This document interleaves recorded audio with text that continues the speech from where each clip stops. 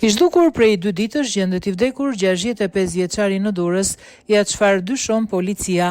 Një 65 vjeçar i cili prej 2 ditësh rezultonte i humbur, është gjetur në banesën e tij në lagje numër 12 të Durrësit. Sipas policisë, nga kqyrja paraprake e trupit, nuk janë konstatuar shenja dhune, ndërsa dyshohet se 65 vjeçari ka humbur jetën për shkaqe natyrale. Njoftimi i policisë. Durrës, informacion paraprak. Rreth orës 15:45 është gjetur në banesën e tij në lagje numër 12 trupi pajeti shtetasit MD 65 vjeç. Nga kqyrja paraprak e trupit nuk janë konstatuar shenja dhune. Paraprakisht dyshohet se ky shtetas e ka humbur jetën për shkaqe natyrale. Grupi hetimor në drejtimin e prokurorisë po punon për dokumentimin e rrethanave të rastit.